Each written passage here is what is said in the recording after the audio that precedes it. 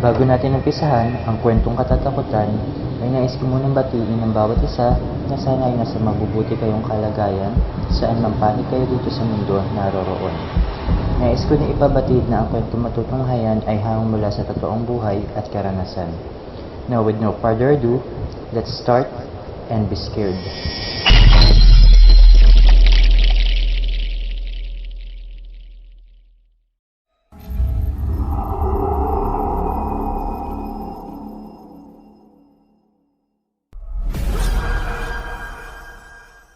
Magandang araw po sa lahat ng mga nakikinig, lalong-lalo na po sa mga admin, narrators at sa mga bumubuo nitong Pinoy Creepy Tales channel. Tawagin nyo na lamang po ako sa pangalan na Danny mula sa Antique. Huwag nyo na lang pong banggitin yung buo kong pangalan kasi personal email ko po yung ginamit ko.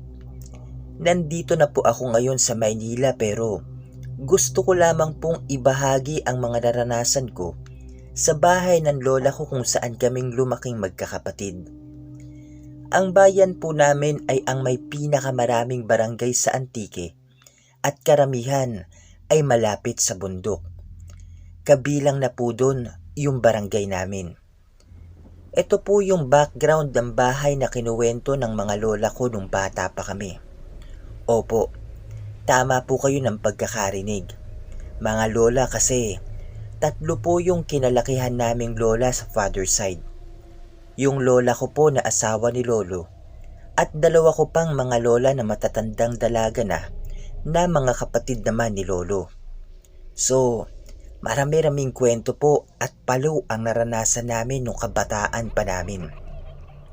Mahilig po kaming kwentuhan ng mga lola namin tungkol sa giyera at sa mga kababalaghan o katatakutan. Marami po kaming experiences dito sa bahay pero yung ibabahagi ko po ay yung pinaka nakakatakot na karanasan ko mismo. Background po sa bahay ng lolo at lola ko. Pinatayo daw itong bahay right after ng World War II na kung saan naganap sa lugar din namin mismo ang isa sa mga madugong labanan. Naalala ko nung bata pa ako.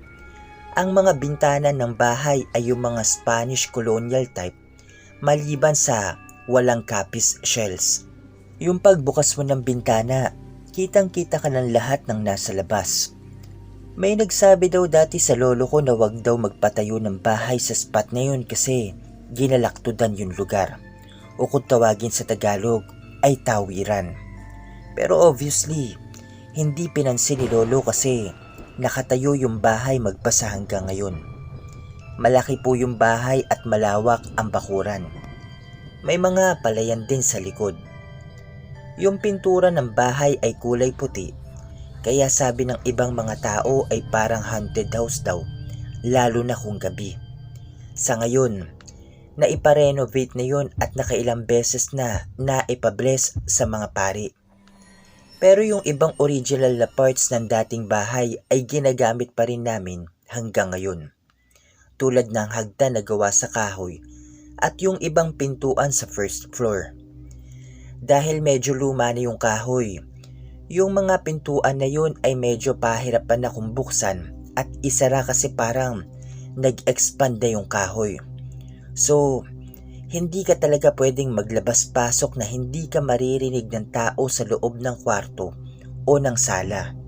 Meaning, bawal umuwi ng late para sa mga mahilig gumala at uminom.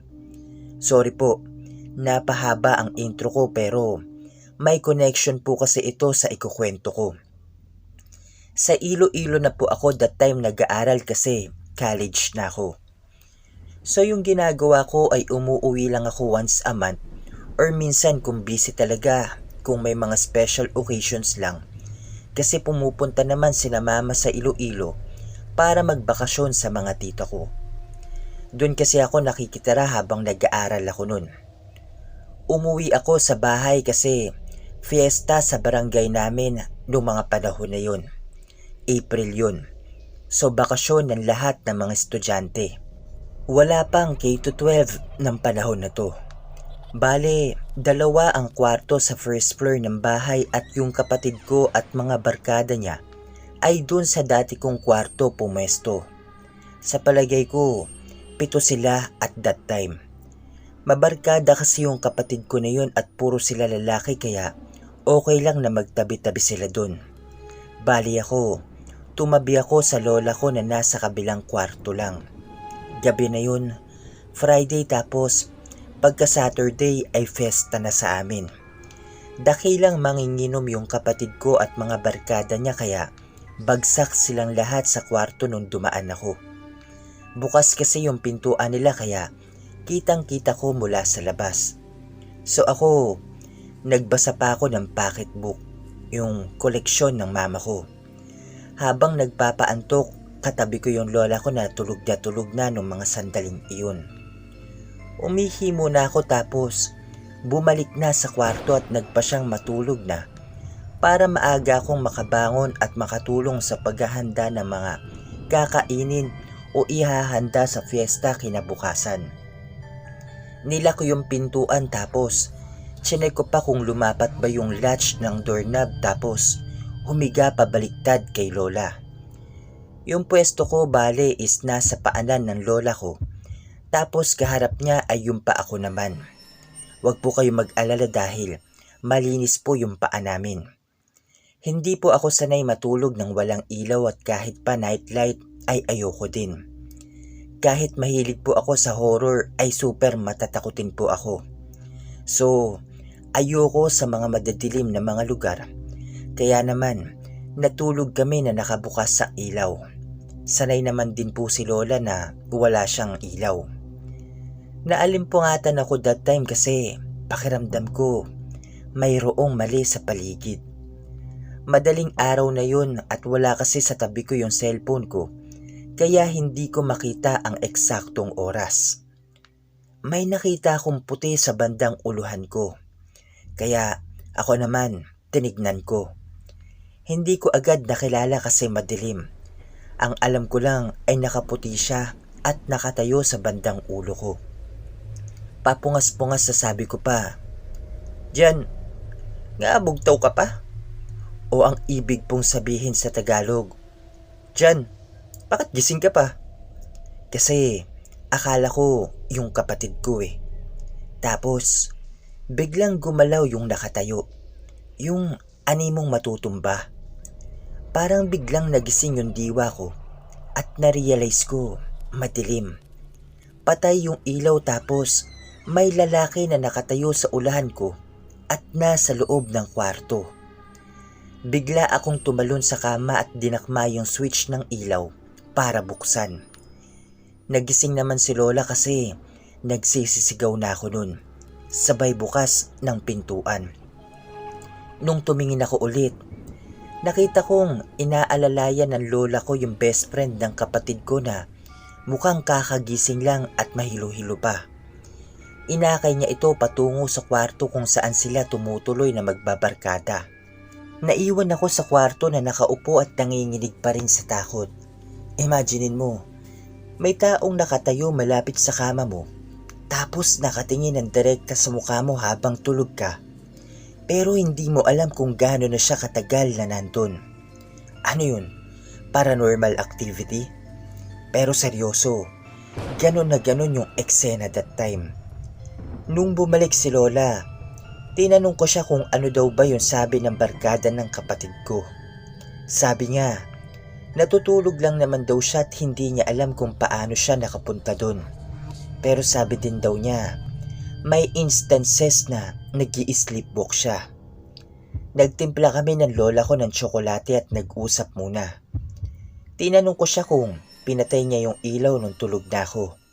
Sabi niya, hindi daw kasi wala naman daw siyang mapapala dahil nasubukan niya na dating gawin yun. At matapos lang ng ilang minuto, nagising daw ako at binuksan ulit yung ilaw. Isa pa, alam naman daw niyang takot ako sa dilim. Kaya sinabi ko sa kanya na, nung magising po kasi ko patay na yung ilaw eh. Tapos, paano siya makakapasok sa kwarto ay nakalak pa rin yung pintuan?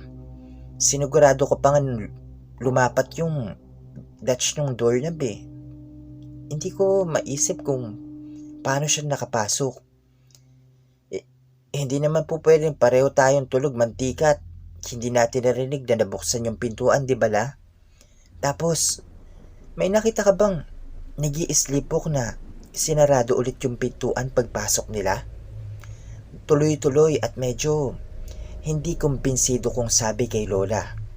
Si Lola naman, hindi kumibo sa sinabi ko.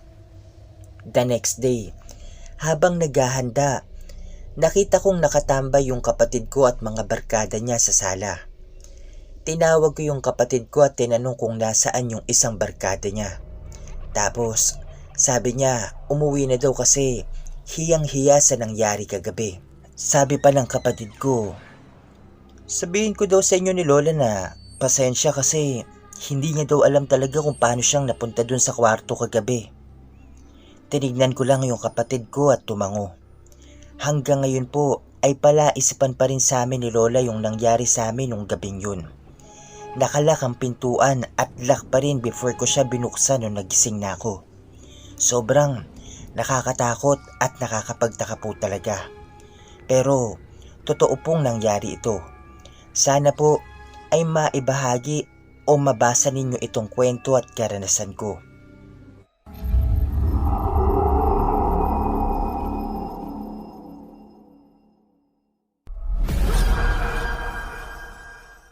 Magandang araw po sa lahat ng mga nakikinig, lalong-lalo na po sa mga admin, narrators at sa mga bumubuo nitong page na ito.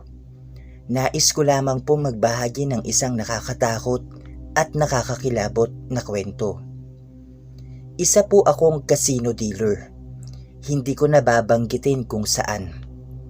Pumapasok akong masigla sa trabaho at punong-puno ng energy.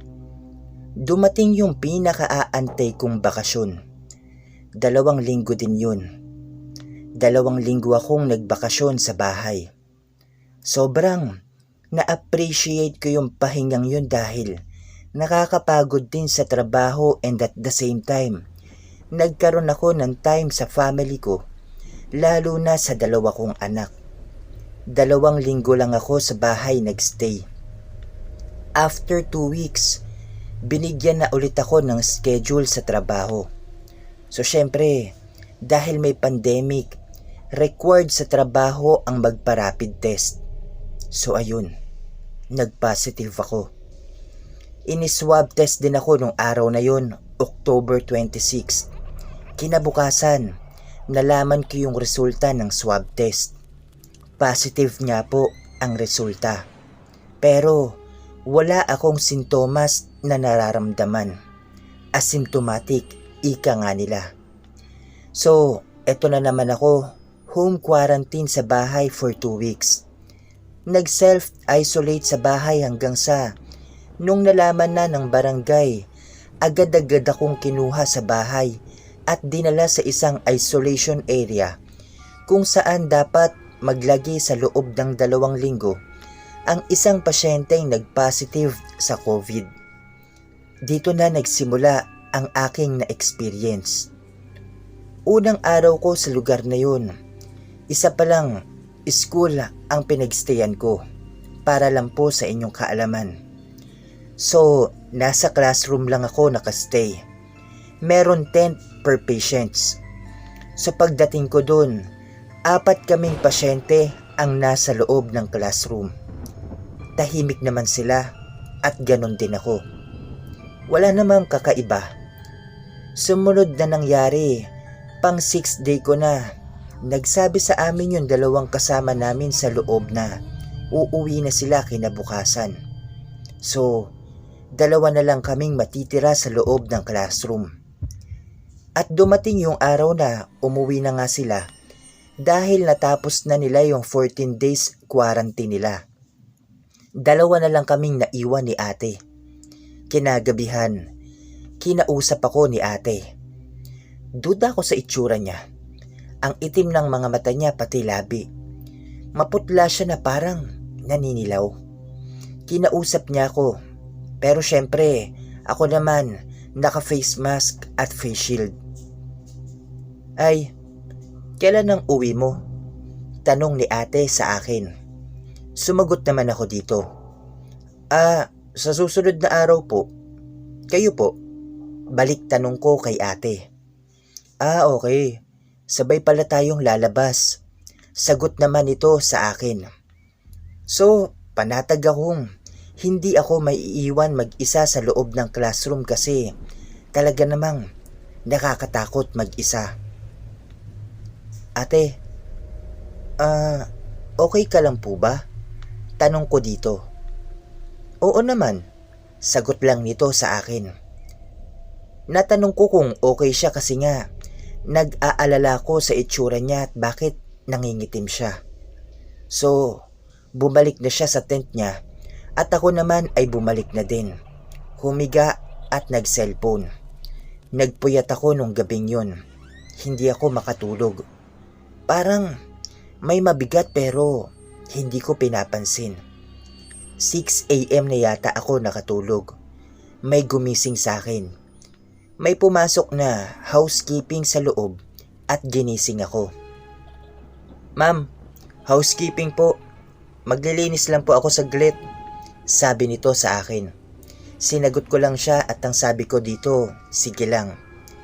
Nagulat ako at napatayo. Bakit?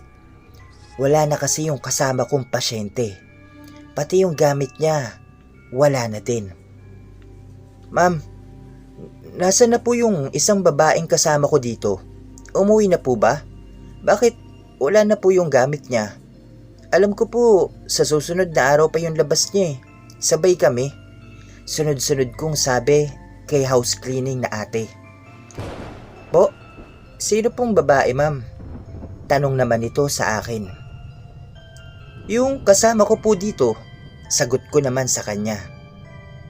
Ma'am, nung isang araw pa po kayo walang kasama dito, magmula nung umuwi yung dalawa, balik sagot nito sa akin.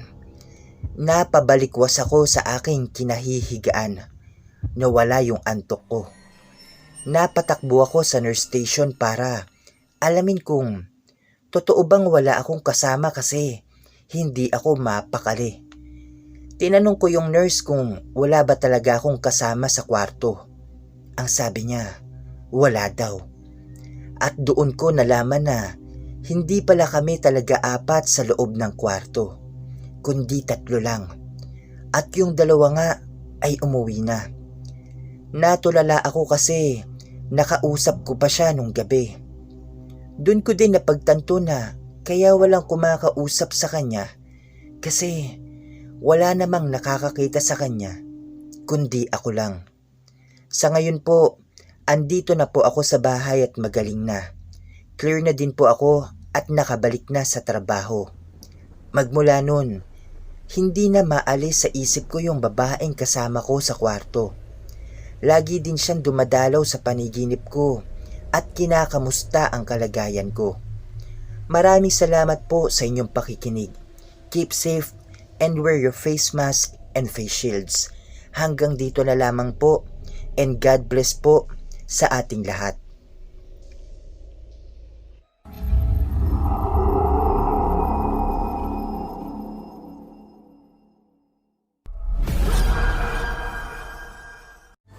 Maraming salamat sa mga nakikinig at makikinig pa lamang.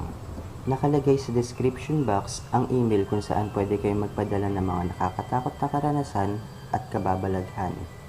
Huwag po natin kalimutang mag-subscribe, i-share at i-like ang video. Comment down below para sa mga shoutouts sa next video. Until next time everyone, happy creepy tales!